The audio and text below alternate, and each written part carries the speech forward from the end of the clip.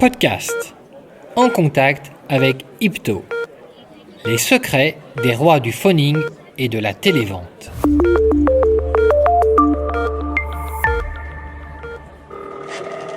Le télémarketing est né dans les années 50 aux États-Unis.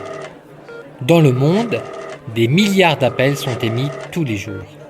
Mais certains télévendeurs performent mieux que d'autres. Comment font-ils ? Quels sont leurs secrets ?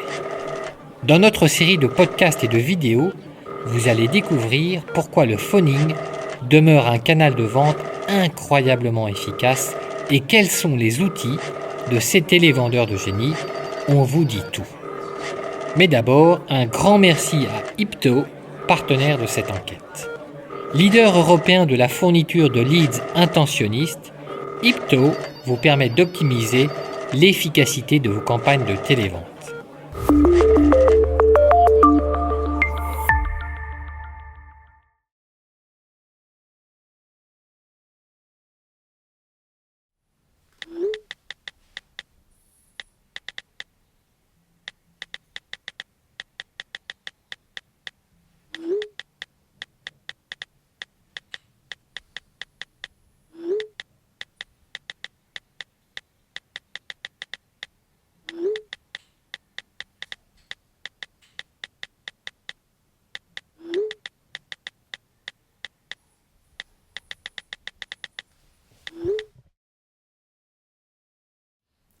Le premier, c'est que finalement, un bon commercial, il marque aussi ses prospects.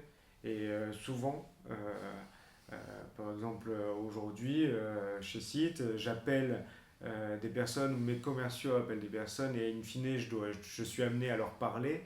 Et ils me disent, mais bien sûr, on a échangé en 2016 dans telle boîte, quand je mettais en place Aircall ouais, donc ça, c'est assez marrant, ça crée, quand on crée la bonne relation, finalement les prospects s'en souviennent.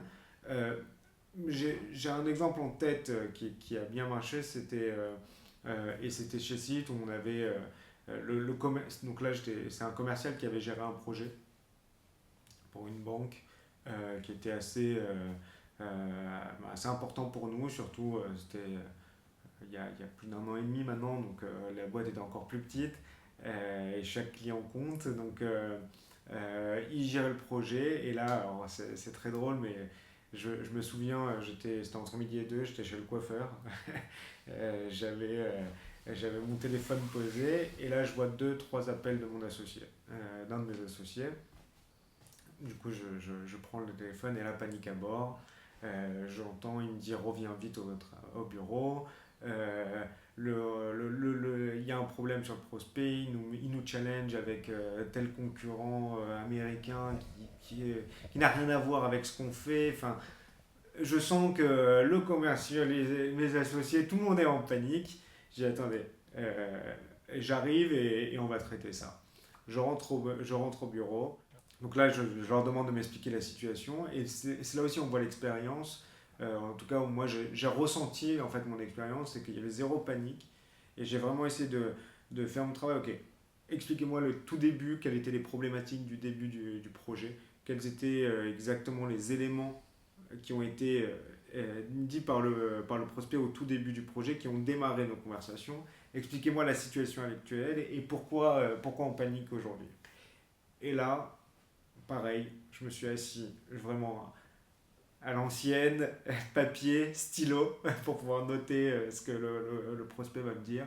Et j'ai pris mon téléphone et j'ai appelé. C'était le directeur informatique du coup de l'entreprise. On a discuté. Donc c'était un appel qui n'était pas prévu. Mon objectif c'était de planifier un autre appel où on allait vraiment s'asseoir et détailler. Mais là, c'était vraiment. Donc du coup, la conversation a duré 10 minutes. Mais 10 minutes où je lui expliquais qu'on avait travaillé pendant quelques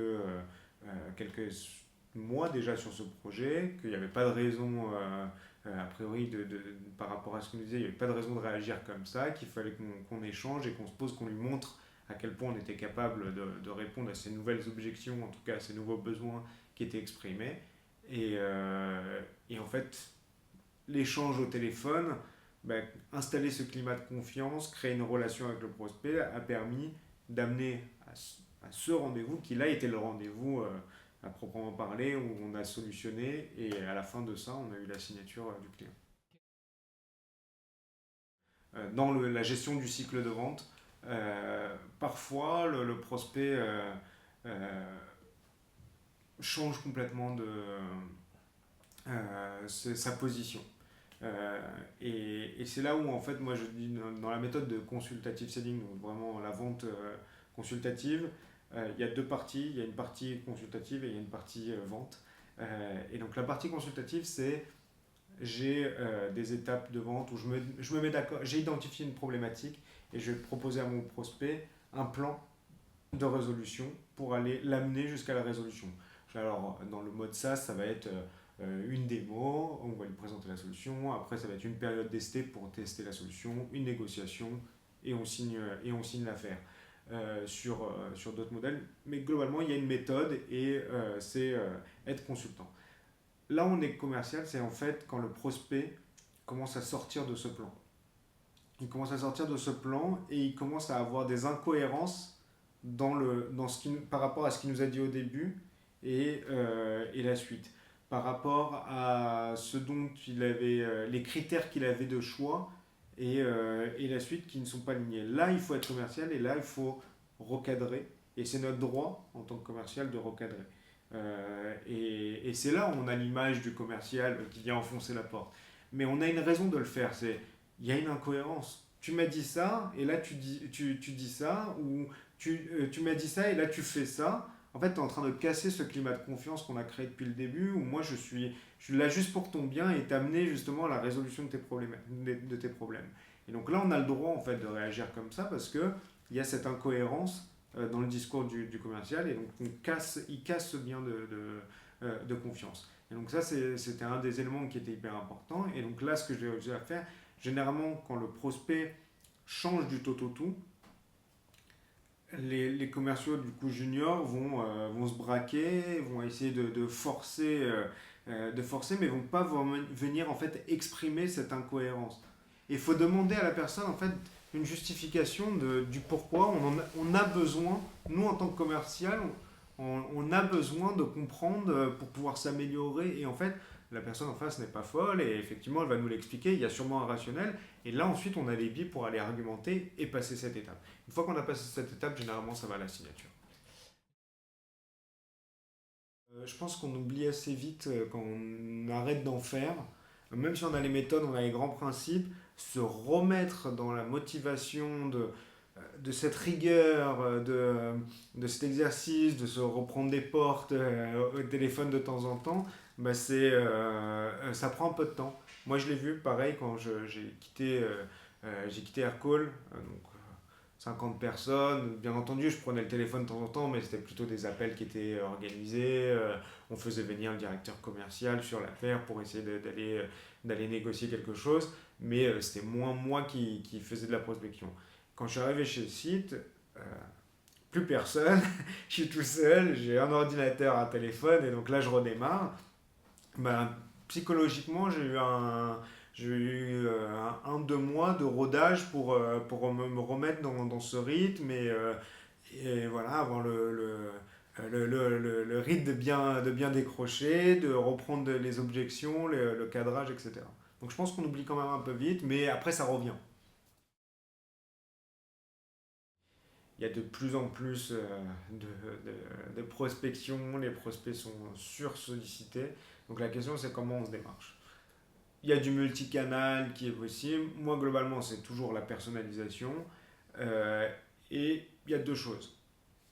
Il y a malheureusement on passe dans un jeu de nombres, hein. Donc faut jouer avec ce rôle-là. Il va falloir faire du multicanal et il va falloir aussi concentrer ses efforts là où ça marche. C'est que généralement aujourd'hui on va aller euh, tâter, envoyer quelques premiers emails ou alors des emails marketing ou des emails commerciaux et ensuite on va aller se concentrer sur ceux qui ont montré un intérêt, c'est-à-dire qui ont ouvert plusieurs fois, qui ont cliqué.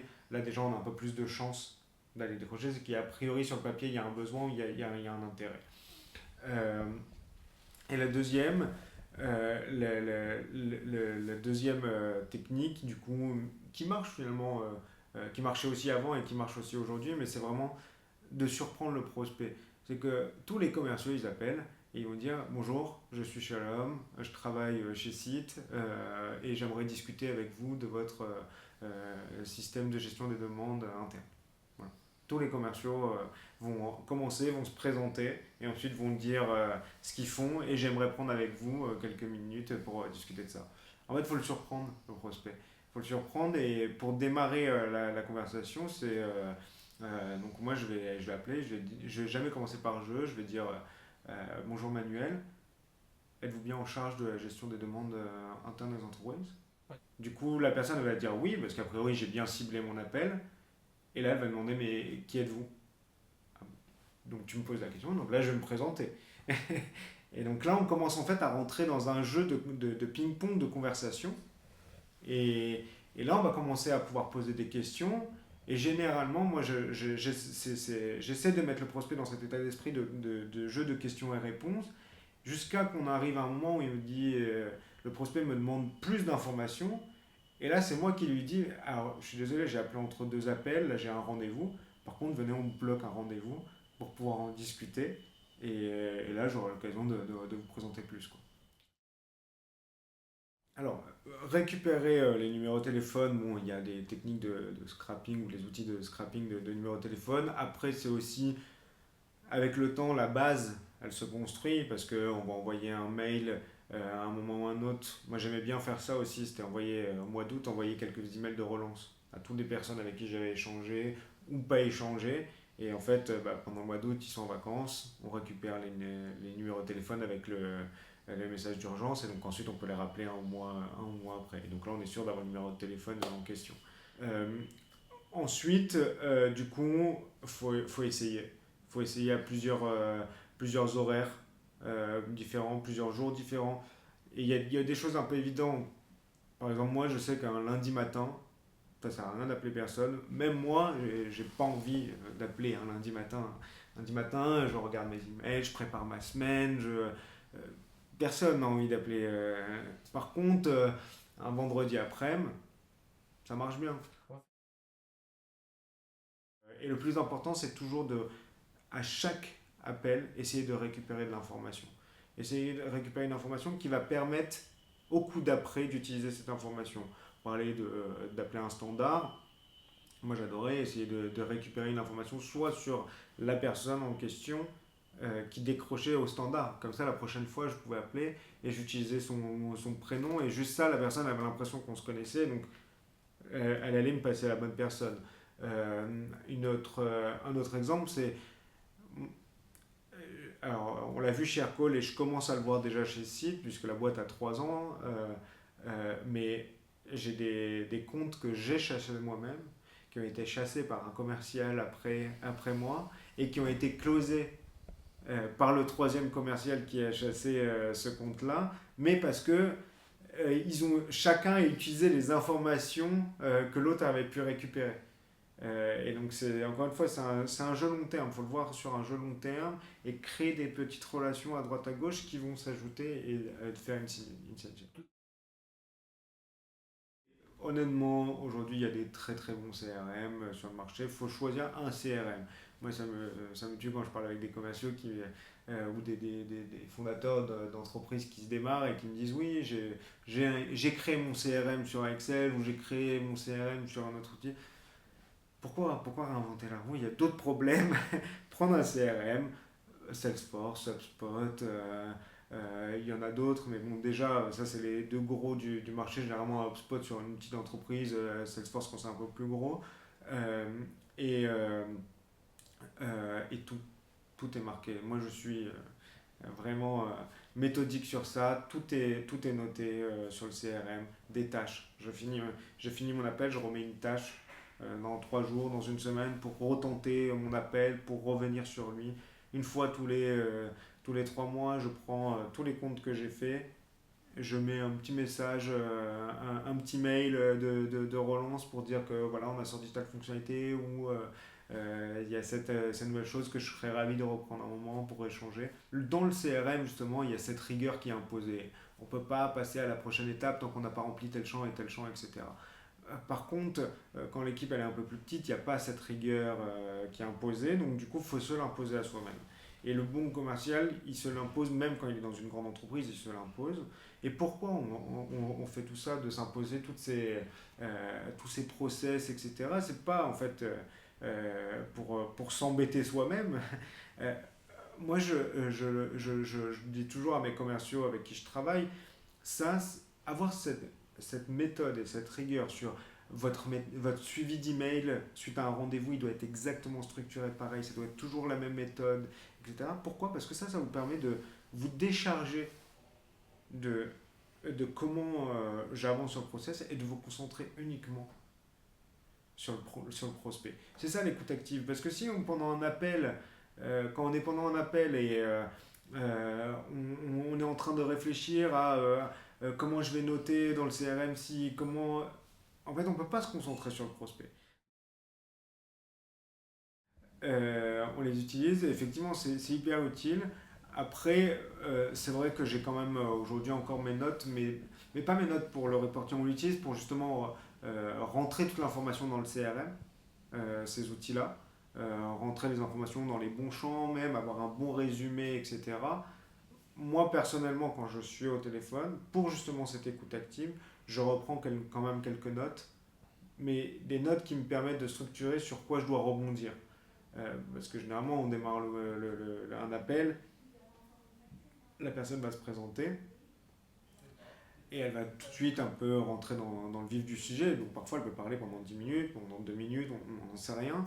Mais du coup, ça peut être, elle nous donne une mine d'informations. Ces premiers moments sont clés dans la discovery du prospect. Et donc là, généralement, Tu prends des notes. je prends deux trois notes pour pas oublier de rebondir après sur tel sujet parce que je vais aller creuser chacun des points qui sont évoqués. En fait, ce travail qu'on fait d'un point de vue commercial, il existe aussi côté marketing. Et c'est un peu la préparation. Et c'est comment on crée ce cheminement en fait, du prospect, de la première idée qui germe dans sa tête à la signature d'une affaire. Et donc, ça, c'est. Nous, on a parlé jusqu'ici des interactions qu'on a avec le prospect, mais avant même ces interactions, aujourd'hui, dans une économie où l'information elle est partout, disponible partout, ben, le prospect se renseigne déjà en amont. Et donc, euh, comprendre le comportement et ce que la personne a recherché, savoir combien de fois elle a visité son site internet, notre site internet, comprendre et créer des scores. On crée même des scores sur ce prospect pour identifier. Et quand ils atteignent un certain score, là, c'est le prospect, le prospect doit être appelé. Et ça, clairement. Opérer. Exactement. C'est là où clairement, clairement il y a de la manière, ça permet de gérer le volume et de faire j'en parlais tout à l'heure, mais je disais que on peut prioriser les personnes qui ont ouvert les emails, cliqué, etc. C'est la même chose, mais en amont même, clairement. Alors le nom l'indique un petit peu, c'est pour Search into Internal Tools. Globalement, on aide les équipes donc, informatiques et opérations internes à gérer les demandes des collaborateurs en interne dans les entreprises. Donc ça va être généralement, j'ai un problème d'ordinateur, un problème de mot de passe, et après on peut aller sur d'autres types de process, comme par exemple problème de paie, problème d'accès à ma carte de crédit de l'entreprise pour la finance, pour les RH, et ainsi de suite. Aujourd'hui, dans les organisations, le, donc effectivement, les canaux comme Slack ou Microsoft Teams ont pris le dessus par rapport à l'email et on est sur une surcharge de l'information. Il y a de la communication, il y a beaucoup d'échanges, il y a des conversations personnelles, il y a des conversations sur des projets et il y a des demandes qui sont censées rentrer en fait dans des process par la suite, mais qui sont difficilement gérables soit dans des canaux, Slack par exemple, ou Teams, ou sur des conversations personnelles. Et donc du coup, nous, on va jouer un peu le rôle d'un service client. On s'inspire beaucoup de notre expérience, mais donc du coup, on a créé un système pour gérer ces demandes comme du service client, mais pour les employés, et donc avec les process métiers associés. Ça va être des intégrations associées, ça va être des demandes de validation interne, bien entendu de l'IA pour aller accélérer l'efficience de l'entreprise. Donc pour donner un exemple, on a un bot sur Slack. On peut envoyer sa demande en utilisant son propre, son propre langage. Euh, Soit l'IA est capable de traiter la demande, et donc va le faire, soit elle est capable aussi de nous suggérer un article ou une procédure dans l'entreprise, et ensuite de nous enclencher s'il y a besoin de plus d'aide, d'escalader sa demande à la bonne personne, envoyer une validation au manager, donner accès à un logiciel, et ainsi de suite.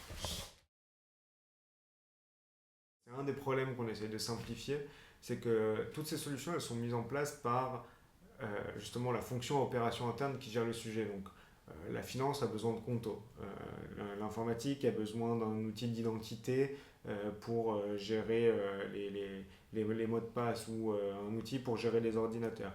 Les RH ont besoin d'un outil pour la gestion de la finance. Mais finalement, si on se place d'un point de vue utilisateur, donc employé, on me donne accès, on me dit dès que j'ai un besoin, il faut que j'aille sur cette application, et donc on s'en sort plus, et donc on vient simplifier l'expérience. Nous, c'est un réflexe, il y a une demande, tu vas sur site, et après on va te réorienter. Et la particularité, c'est on équipe les opérations internes, donc ces équipes informatiques, RH, finance, et ainsi de suite, on les aide à mettre en place ce système-là, et donc on facture à l'administrateur qui sont ces personnes-là. Moi, il y a deux choses que j'aimais bien. Le premier, c'est l'expérience. En fait, mais on s'entend. J'aimais bien recruter des personnes qui avaient eu l'expérience de commercial terrain. Commercial terrain qui allait faire encore, il y a encore aujourd'hui des commerciaux qui vont sur le terrain et font de la prospection terrain. J'aimais bien recruter ces profils-là parce que on leur changeait d'environnement. Là, on les mettait, ils étaient déjà très heureux d'avoir juste un téléphone et un ordinateur et plus avoir à se balader. Et donc, du coup, ils étaient beaucoup plus performants. Et, eux, ils se sont pris des vraies portes. Donc là, c'est beaucoup plus. Ils sont encore beaucoup plus résilients dans leur prospection. Donc, j'aimais bien ces profils-là. Et le tips que je peux donner pour le recrutement, c'est ce que je teste le plus, c'est la coachabilité. Donc, pour ça, le process de recrutement, il se fait en plusieurs étapes. Et donc, généralement, dans un premier rendez-vous, on va demander au candidat de nous expliquer, selon lui, qu'est-ce que fait l'entreprise, qui on cible, est-ce que quelles personnes dans l'entreprise on va cibler, comment il s'y prendrait, quel est l'argumentaire, etc. Après, dans le même rendez-vous, la personne qui fait l'entretien va, qu'elle réponde bien ou pas bien, c'est pas un problème, mais par contre, elle va lui expliquer. Elle va lui donner toutes les réponses et les bonnes réponses à ces questions-là. Et dans un deuxième entretien, qui a lieu une semaine après ou quelques jours après, on va reposer les mêmes questions pour voir si la personne a écouté, elle a appris et elle a su retenir et s'adapter. Je me souviens de Shalom, le tout premier commercial d'Aircall. Entouré de toute l'équipe, il passe des dizaines de coups de fil. Il appelle tous ses prospects aux États-Unis, et en particulier un qui est malheureusement injoignable. Mais Shalom ne lâche rien, il ne cesse de l'appeler. Ce client américain est entre deux avions, en partance pour le Nebraska où il doit aller fêter les fêtes de fin d'année avec toute sa famille, quand sur son téléphone il voit s'afficher 10 appels en absence. Il rappelle Shalom, sûrement un peu inquiet. Ce dernier lui explique la situation, lui dit qu'on peut lui faire une promotion exceptionnelle pour les fêtes de fin d'année et que s'il signe aujourd'hui. Il gardera ce prix mensuel toute l'année à venir, une trentaine d'euros par mois. Le client tique un peu et lui répond qu'il n'est pas devant un ordinateur. Shalom met le haut-parleur dans l'open space à ce moment-là et lui dit « Tout l'open space vous écoute, je suis le seul de la société à ne pas atteindre mes objectifs de l'année. Monsieur, vous devez me donner un coup de main. » Le client rit. Ok, je peux vous donner mes numéros de CB. Et Shalom de lui répondre. Oui, je vais vous faire toute la mise en place. Le haut-parleur est toujours allumé. Le client donne les numéros de carte bancaire. Shalom appuie sur entrée. Tout le monde autour de lui regarde le petit sablier chargé. La magie opère. Paiement validé. Tout le bureau hurle de joie et applaudit. Le client rit à nouveau et nous dit You guys are a bunch of crazy guys. Good luck with your business and Happy New Year.